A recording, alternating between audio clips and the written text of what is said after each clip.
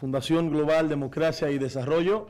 les da a todos ustedes la bienvenida a esta conferencia magistral. En la noche de hoy nos acompañan el señor Jean-Michel Blanquet, profesor de Derecho Público, exdirector del Instituto de Altos Estudios de América Latina en la Sorbona Nueva, también presidente del Instituto de las Américas, que une a más de 40 universidades francesas sobre el tema de las Américas, y director general de enseñanza escolar en el Ministerio de Educación Nacional. También se une a nosotros el señor Carlos Cueran, profesor de Economía en el Instituto de Altos Estudios de América Latina en la Sorbona Nueva, exdirector del Máster de Relaciones Europeas América Latina en esta misma universidad y además vicepresidente para las Relaciones Internacionales del IDA. Él nos estará acompañando en un primer orden para describirnos la función de este instituto. Con ustedes, el señor Carlos Cueran.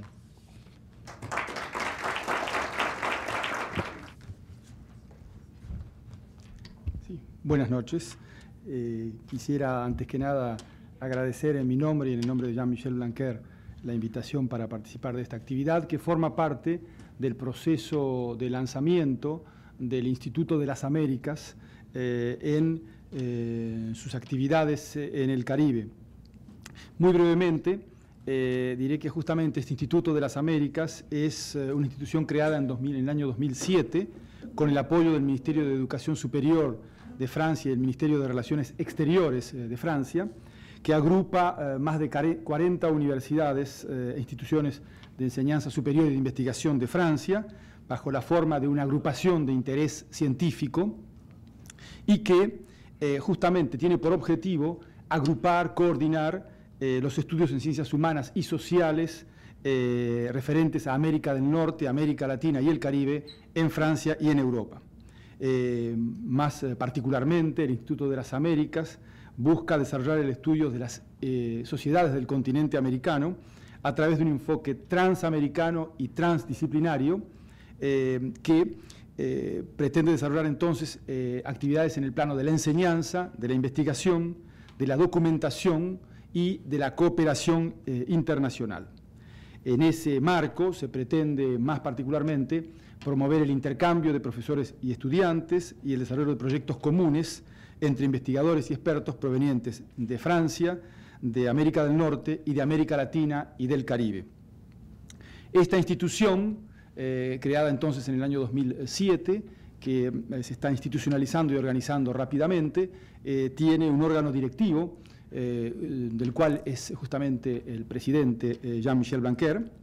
Tiene a su vez un consejo científico que tiene 25 miembros, un tercio de los cuales son no franceses, y más particularmente el presidente del consejo científico es un académico de la Universidad de Oxford, por cierto, en algunas oportunidades invitado aquí en la Funglode, Lawrence Whitehead, y en su proceso de desarrollo de la cooperación y de las relaciones internacionales está organizando polos en distintas zonas y regiones de las Américas. En particular, estamos en el proceso de constitución del Polo del Caribe del Instituto de las Américas, que va a estar instalado aquí en la República Dominicana, en Santo Domingo, y va a contar con la colaboración y la articulación con la Funglode, que ha firmado con el Instituto de las Américas una carta de intención para promover esta cooperación en diciembre pasado, en ocasión a su vez de la visita del presidente Leonel Fernández a Francia, y en el marco del acuerdo de cooperación de alto nivel universitario Francia-República Dominicana que se acordara en aquella ocasión.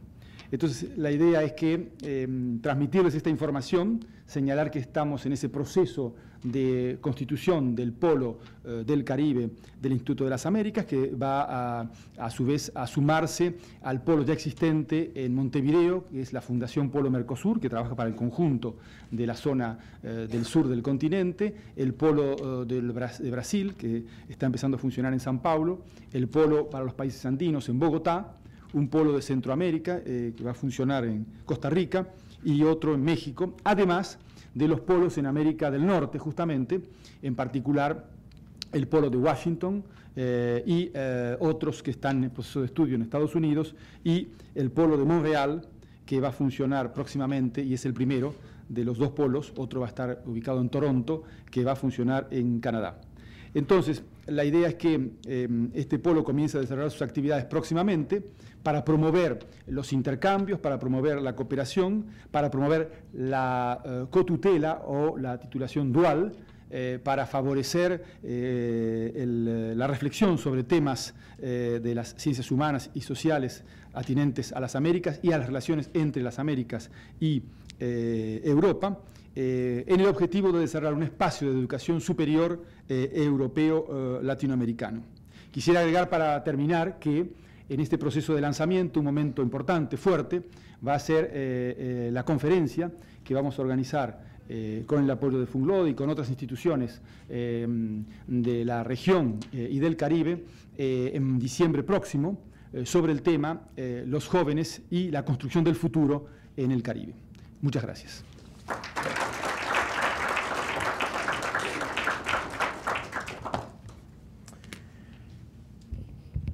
Luego de esta magnífica explicación de lo que es el Instituto de las Américas,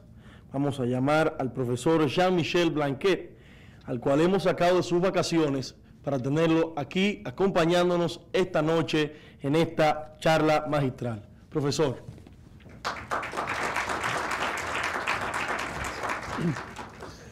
Muchas gracias. En primer lugar, quisiera agradecer al presidente Leonel Fernández por esta invitación a hacer esta charla y también a tener intercambios con ustedes durante estos días acerca de este proyecto del Instituto de las Américas, y también a los responsables de Funglode que han concretizado esta invitación, y es un gran placer para mí, para Carlos también, de estar aquí y poder profundizar esta amistad muy tradicional entre Francia y la República Dominicana, y concretizarla a través de actividades académicas al nivel de la República Dominicana y también al nivel del Caribe, como lo ha dicho muy bien Carlos. Entonces, esta noche me toca hablar del Estado de Derecho en América Latina y el Caribe, con una perspectiva comparativa en el nuevo siglo XXI. Este tema es un tema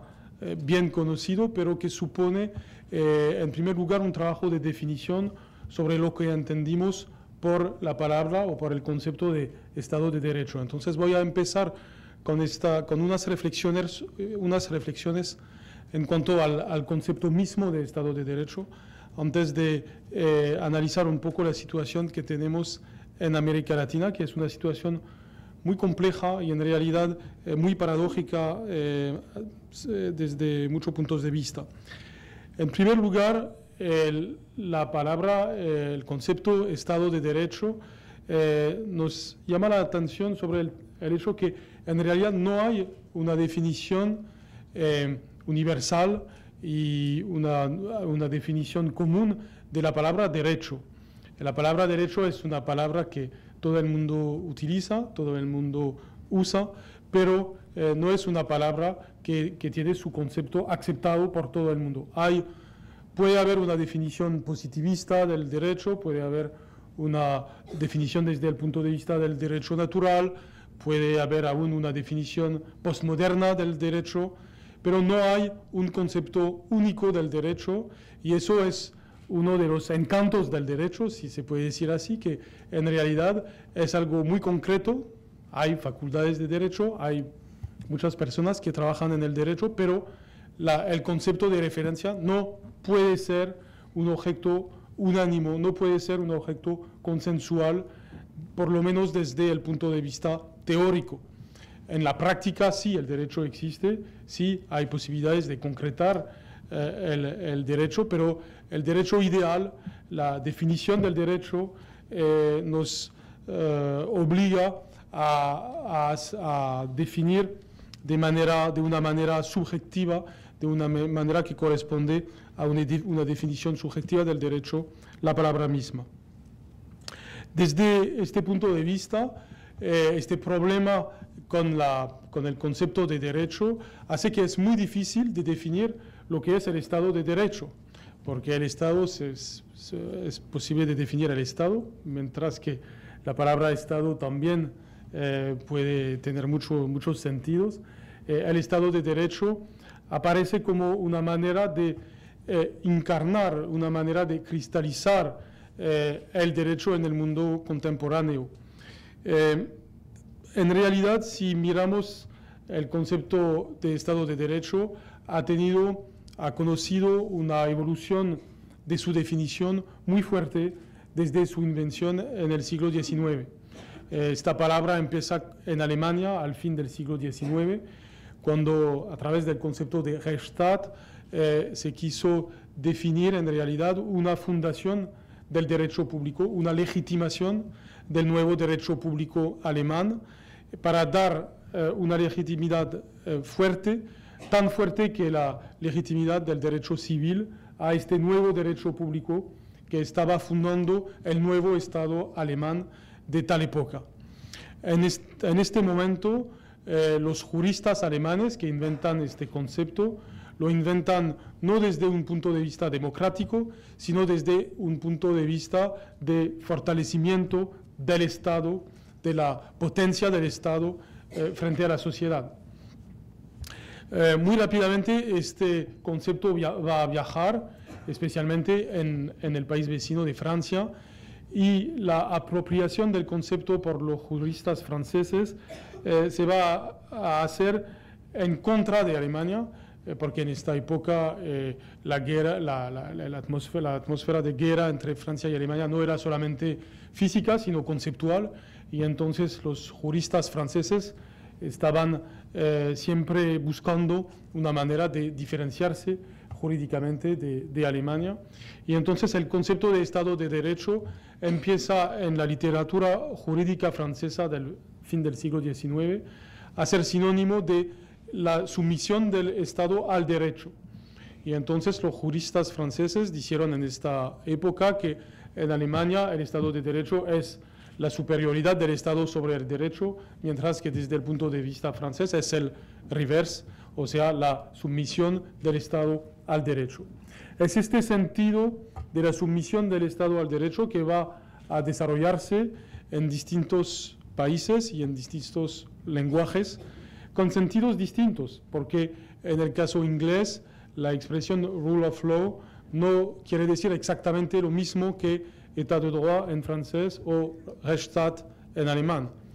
Y también va a viajar en España y en América Latina con la palabra Estado de Derecho,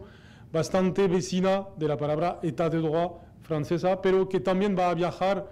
dentro de los países para tener sentidos que también van a evolucionar. Sin entrar en todos los detalles, uno puede ver que es sobre todo al fin de la Segunda Guerra Mundial que empieza una nueva evolución del sentido de esta palabra. Las violaciones de los derechos humanos, especialmente en Europa, durante esta guerra, también la crisis de los conceptos positivistas del derecho han llevado a una nueva manera de concebir el Estado de Derecho.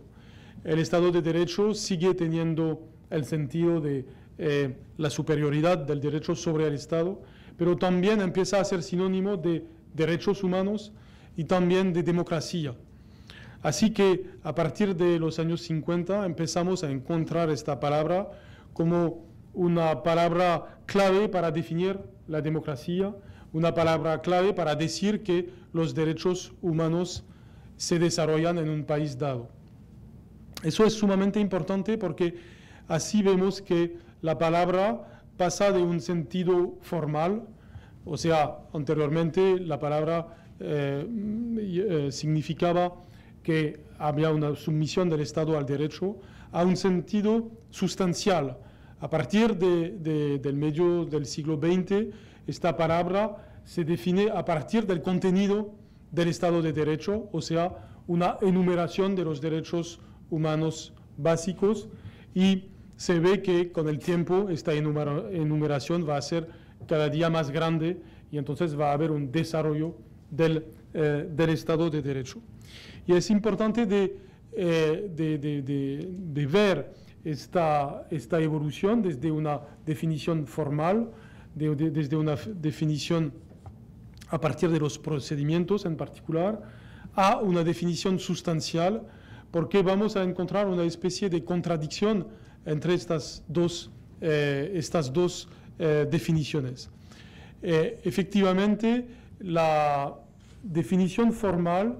supone la jerarquía de las normas. La definición formal supone la unidad del derecho. Hay que recordar el nacimiento de esta noción, que era este nacimiento alemán, que supone la unidad del Estado. Y la unidad del Estado supone la jerarquía de las normas. Y la jerarquía de las normas supone una norma suprema y normas menos supremas que obedecen a la norma suprema. Este formalismo jurídico es la base del Estado de Derecho. Con el desarrollo de un concepto sustancial del Estado de Derecho, empezamos a tener una fragmentación de las normas supremas, porque la enumeración de numerosos derechos humanos dentro del concepto de Estado de Derecho lleva a una visión fragmentada, una visión que va a poner en concurrencia los contenidos sustanciales del Estado de Derecho. Y ahí aparece una primera contradicción del Estado de Derecho en todo el mundo, en particular en el mundo occidental,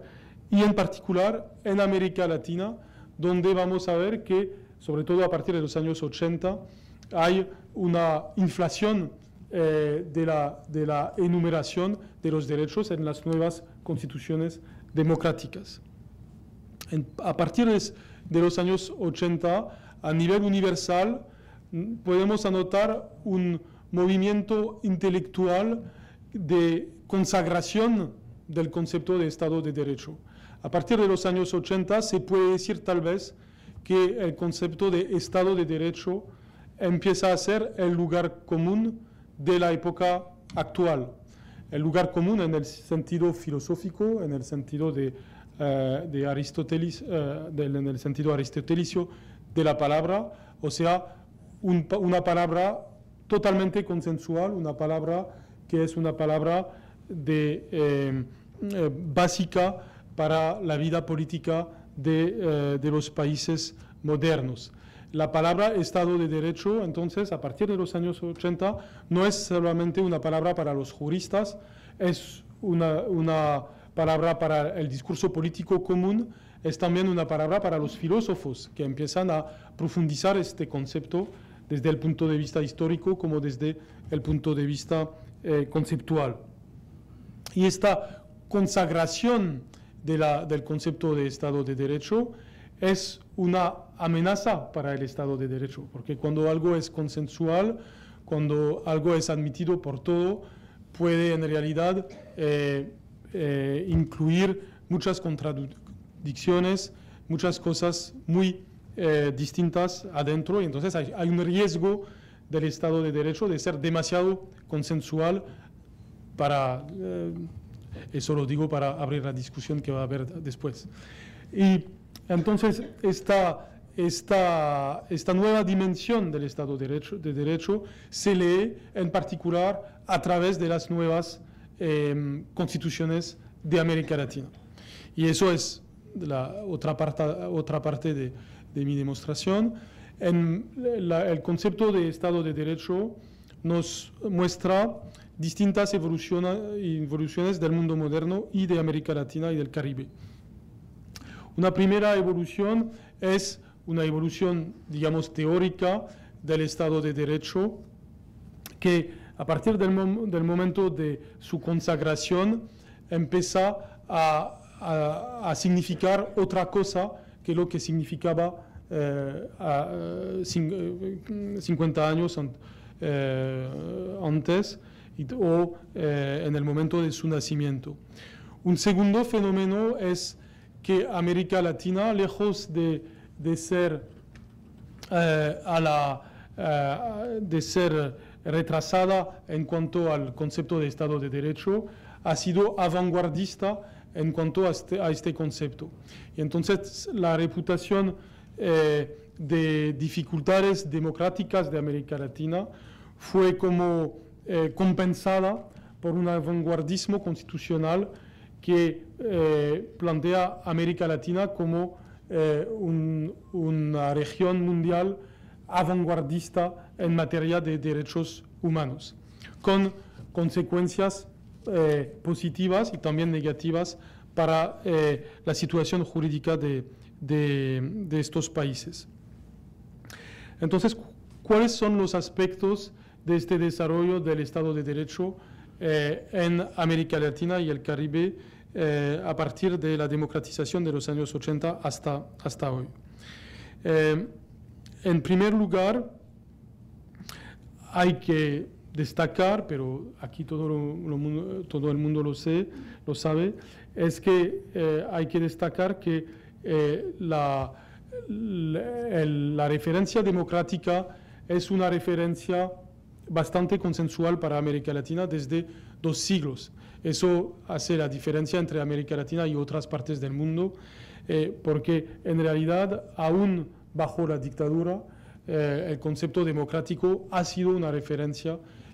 para todo el mundo, aún para los regímenes autoritarios mismos, que muy a menudo legitimaban su presencia por la necesidad de restablecer la democracia, aún cuando esta referencia era artificial, era la referencia obligada, la referencia necesaria, porque desde las independencias el concepto democrático es, como en Europa Occidental, la referencia básica, cualquier sea el régimen presente. Aún más, bajo las dictaduras se ve que ha habido jueces, ha habido actores jurídicos que han de manera exitosa alcanzado a promover conceptos democráticos, conceptos del Estado de Derecho bajo la dictadura. Entonces, este constitucionalismo democrático latinoamericano que existe desde el principio empieza a partir de los años 80 a ser consagrado por las constituciones que van a recapitular 200 años de tradición democrática y también 200 años de aspiraciones democráticas. Y eso nos lleva a destacar otra cosa que no se ve mucho afuera de América Latina y que es en realidad la unidad constitucional latinoamericana a pesar de la fragmentación que uno puede ver a primera vista. El hecho de tener más de 250 constituciones en la historia latinoamericana desde 2 siglos, mientras que en el caso de Estados Unidos hay una sola constitución, es en realidad más una apariencia que otra cosa. En primer lugar, muchos países de América Latina han tenido una cierta estabilidad constitucional. Por ejemplo, México con la Constitución de 1917, Colombia con la Constitución de 1886, Argentina con la Constitución de 1853, para dar solamente estos ejemplos. Entonces, hay unos países de América Latina que hacen subir el número de constituciones en el continente, pero en realidad muchos países han tenido una fuerte estabilidad constitucional. Además, cualquier sea la sucesión de los textos, en realidad hay una unidad a través de estos textos. Se podría tal vez hablar,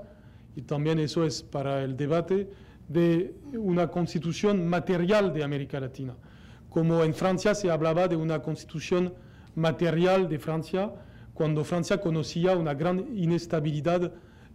constitucional. Este concepto de constitución material, en el caso francés, era una manera de trasladar la inestabilidad constitucional para encontrar los fundamentos democráticos a pesar de la inestabilidad. En el caso francés ha habido 17 constituciones en 2 siglos, pero los juristas franceses del siglo XX decían que en realidad había solamente una que a través de los textos se veía y que se podía leer a través de la diversidad de los textos. Al revés, en el caso de Estados Unidos, hay una sola constitución en 2 siglos, pero también se podría defender la idea que hay muchas constituciones detrás de un texto. No es la misma constitución antes de 1863, o sea, antes de la Guerra de Secesión y después, porque antes el mismo texto era compatible con la esclavitud y después no lo estaba gracias a los amendamientos 13 y 14. Entonces, los textos son las apariencias de las constituciones. Por supuesto, estas apariencias son importantes, pero detrás de las apariencias puede haber una cierta fragmentación o una cierta unidad.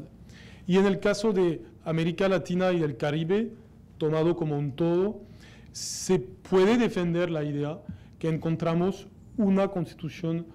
material de América Latina, no solamente porque estas constituciones muy a menudo tienen una aspiración hacia la integración regional, pero sobre todo porque tienen los mismos rasgos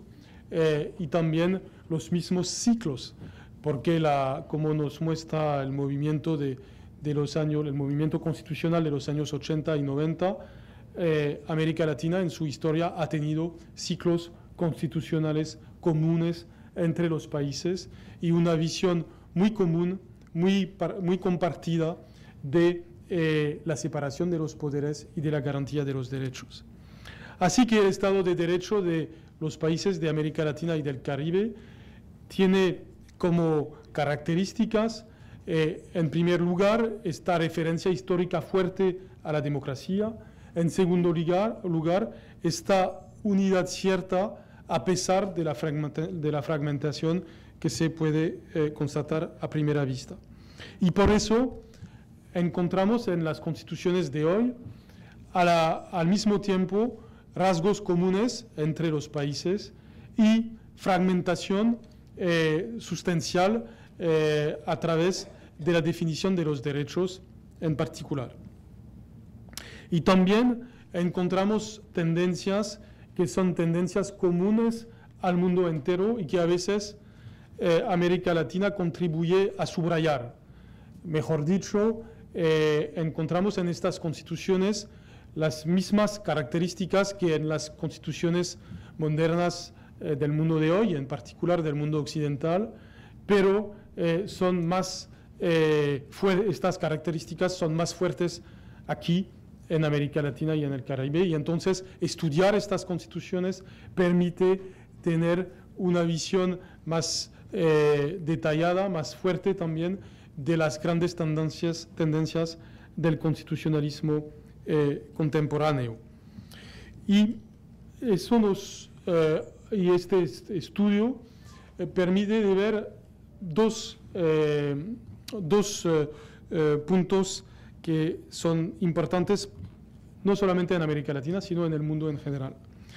En primer lugar, la importancia ahora de la garantía de los derechos,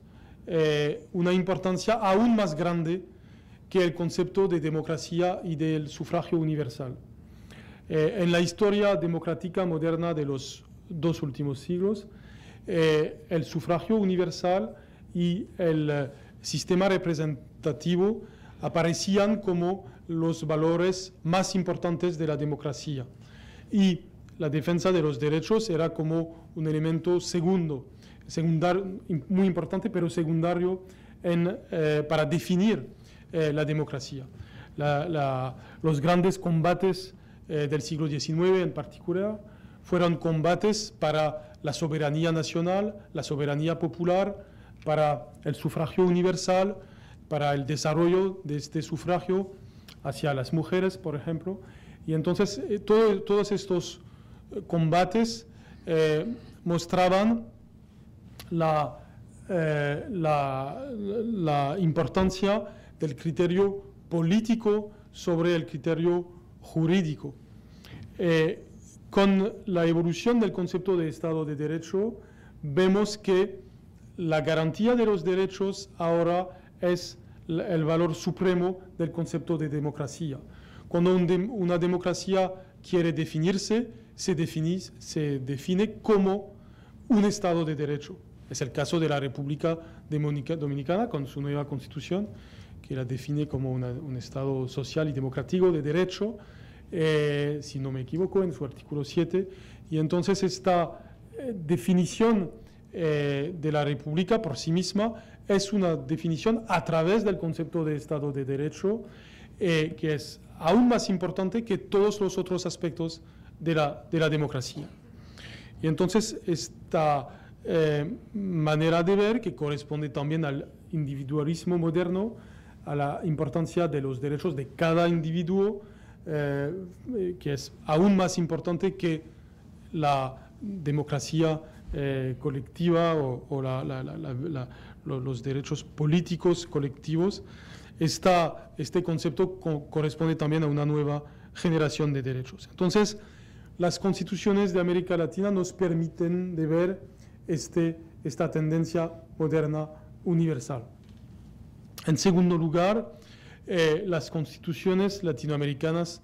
y del Caribe actuales nos muestran una inflación de los derechos, una inflación de los procedimientos, una inflación también de las jurisdicciones encargadas de hacer valer estos derechos.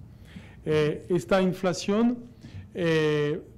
ve, entonces, primero a través de la multiplicación de los derechos. Si miramos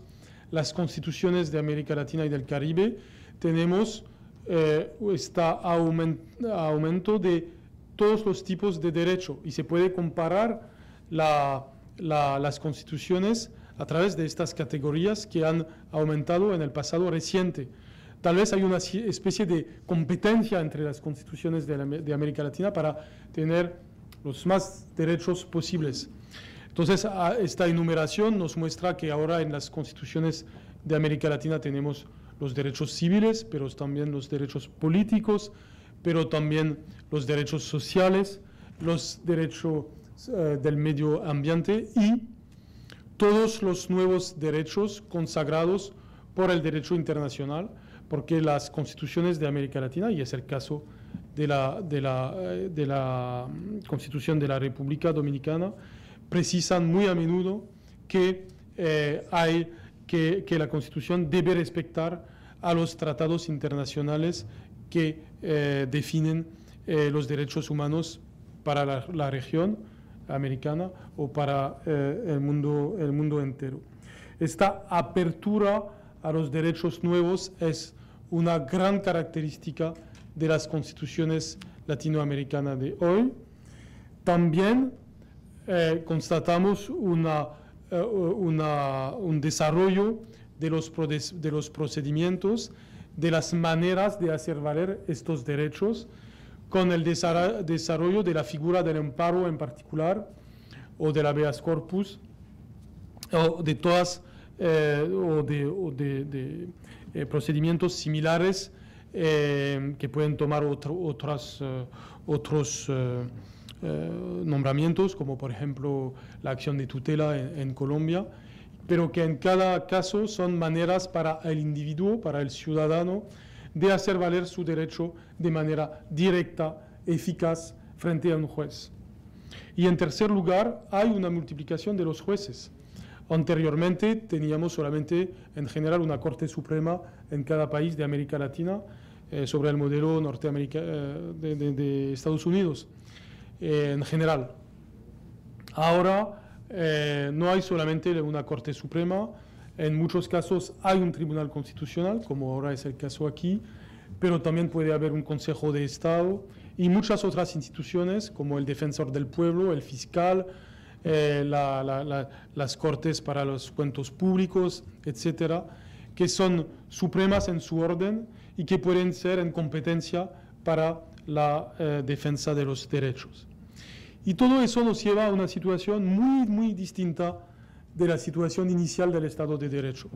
Al principio, el Estado de Derecho, como yo lo decía antes, supuestamente era un Estado único. La definición del Estado de Derecho era que todos los derechos debían corresponder a una homogeneidad, a una jerarquía de los derechos. Ahora, con la multiplicación de los derechos, de los procedimientos y de los jueces, tenemos más bien una competencia de los derechos, una oferta muy fuerte de derechos para el ciudadano y una posibilidad para el ciudadano de utilizar estratégicamente estos derechos. Y eso nos lleva a un concepto que yo llamaría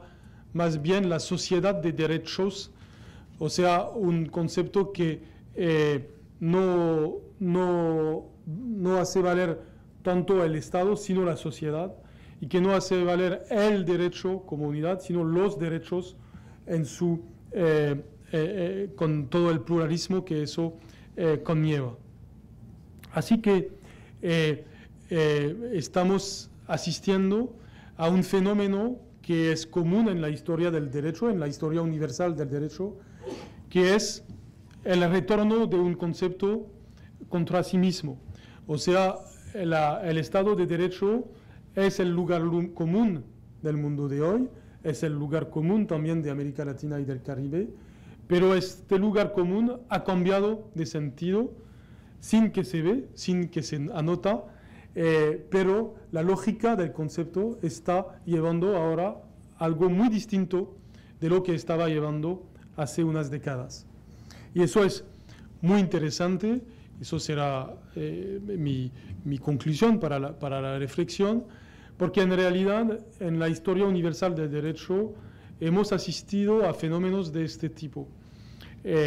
La ilustración más fuerte de eso ha sido la época de la Revolución Francesa y de las independencias del continente americano, porque todos estos movimientos se han hecho en nombre del derecho natural. El lugar común de esta época era el derecho natural. La razón, los valores del orden natural que supuestamente los hombres debían imitar en el orden social para tener un orden más democrático, un orden más justo, más legítimo, y eso era la base del nuevo paradigma a partir del siglo XIX, y este nuevo paradigma era que la legitimidad no venía desde arriba, sino desde abajo, y que entonces el derecho debía seguir esta nueva lógica. Y este concepto del derecho natural ha sido consagrado por escrito, ha sido consagrado por la Declaración de los Derechos del Hombre y del Ciudadano de 1789, pero también por otras declaraciones, en particular aquí en América Latina y en el Caribe, donde hubo un movimiento constitucional sumamente importante a partir de los movimientos de las independencias. Y esta consagración por escrito ha llevado al fenómeno de una referencia obligada, una referencia casi sagrada a estos textos que consagraban el derecho natural. Y poco a poco esta consagración por los textos llevó al positivismo, porque el positivismo consistía en decir que no se puede sobrepasar los textos fundamentales que fundaban las nuevas repúblicas o los nuevos códigos civiles eran las referencias insuperables del nuevo orden jurídico. Y entonces en unas décadas el derecho natural ha dado nacimiento al positivismo, y el positivismo es el contrario del derecho natural. Entonces no es raro en la historia conceptual del derecho de ver este tipo de evolución. El Estado de Derecho también ha nacido del positivismo, el positivismo alemán en particular, pero también el positivismo francés, que han elaborado este concepto para las razones que ya he expuesto. Y este Estado de Derecho positivista suponía la unidad del Estado, como ya lo he dicho. Y vemos un nuevo movimiento histórico en el cual vivimos, que es la inversión de nuevo del Estado, del concepto clave de nuestras repúblicas, y aún si conservamos la misma palabra, en realidad entramos en otra cosa. Esta otra cosa es el pluralismo jurídico, es la fragmentación jurídica a pesar de la unidad de la palabra. Por supuesto, eso conlleva aspectos positivos y aspectos negativos. No se trata aquí de decir que es un fenómeno bueno o un fenómeno malo. Lo que es importante es de ver que detrás de las palabras el Estado de Derecho nos hace vivir evoluciones claves del derecho, y que hay que analizar eso y que hay que reflexionar sobre eso para tener referencias que sean eficaces y que sean realmente al servicio de los ciudadanos para hacer valer los derechos, porque si no el riesgo es de tener una competencia inegal en la capacidad de hacer valer los derechos. Entonces el Estado de Derecho es el lugar común de hoy, pero también es una invitación conceptual a reflexionar sobre las evoluciones del derecho. Muchas gracias.